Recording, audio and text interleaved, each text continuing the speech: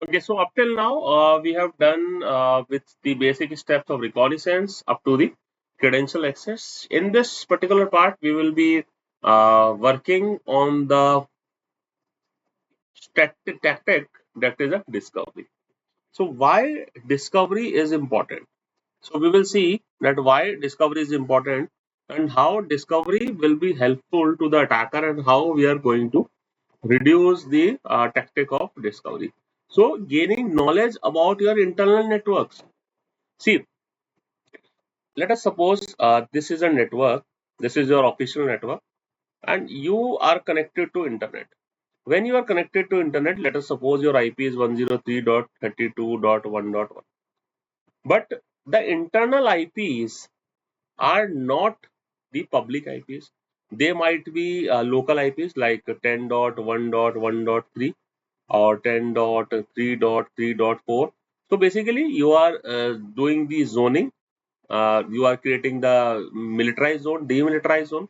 So what the attacker is doing now, attacker in this particular discovery phase discovers and try to use his tactic to gain the knowledge about the environment after getting the initial access. So up to this point, initial access has been done, credential access has been done, and lot of IOA are there, but actually we are sleeping. If you remember that particular slide, up to that we are sleeping. So 200 days. So it will take around 200 days each and everything. Okay. So collection is the point where maybe we are getting an alarm or something. This point or particularly this point. So 200 days are there. So in the particular discovery refers to the technique the advisories used to gain knowledge about the environment after getting initial access.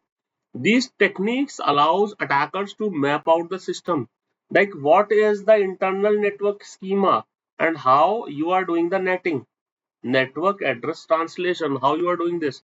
These techniques allow attacker to map out systems, network structures, permission to understand the layout of the environment and identify the key targets for further exploitation. In this particular state in the discovery, he able to know that what is my next target because he is not going to attack each and everything. So suitable target is a very important option in this particular area, and proper exploration, privilege escalation, and lateral movement and exfiltration need all this. So the lower stages, whether it is a lateral movement, collection, he need all this discovery because otherwise he is not going to exfiltrate the data.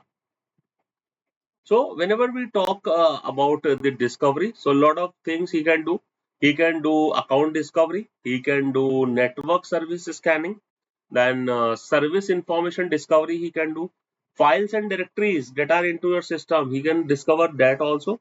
So let us suppose you are working on a machine console and one day you find that there is a command dir.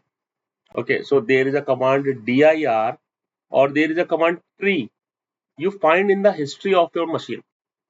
But actually you have not run that command. It means that malware has run that command, some attacker has run that command to know about the system. Attacker searches for the files and directories to find the sensitive information or data relevant to their goals. So these could be an IOA. These commands could be an IOA, and these IOA could be very much helpful to understand the basic nitty-gritty of the particular attack. Then he can also do the network share discovery, system network connections discovery he can do, process discovery he can do, network topology discovery, like what the topology you have. Like you have a certain DMZ network, you have certain DMZ network, what's happening? And it's connected to some MZ network. How they are connected, what are the routers in between, what are the manufacturer versions, all this footprinting can be done by the attacker. Process discoveries, network topology we have seen, software discoveries, what are the software you are using. An attacker enumerate like installed software, security software, he can use your ping commands and map commands. So there are a lot of things that he can do. So in this particular discovery phase, lot of actions are there that could be helpful for an attacker to get inside the system. But every time, just remember there are certain IOAs that are being marked. And as an security professional, it is our duty to identify these IOAs, because if these IOAs you are not going to identify, then definitely it is a serious threat to the organization, serious threat to the system.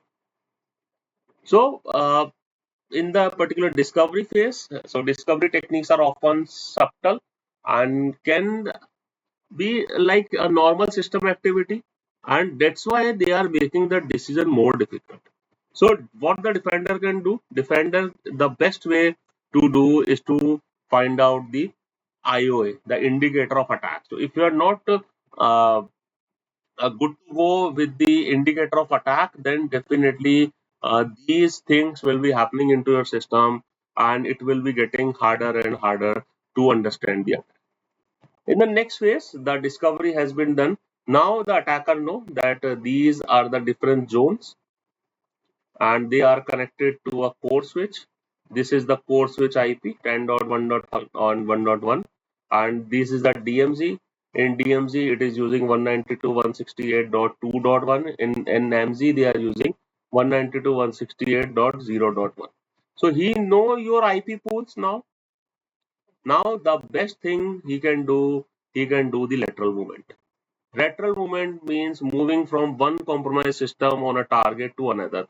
So now maybe the attacker is in this area. Now he try to move to different area.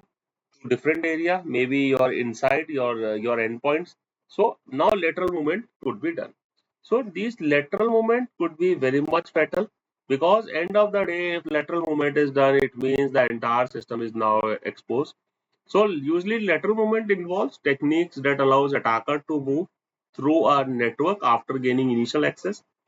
The goal of usually when we see lateral movement is to extend the control to the additional systems. Now the up till this moment, up to the discovery, he might be in two or three systems, but he want to be in the 100 systems. So lateral movement could be a best technique for him.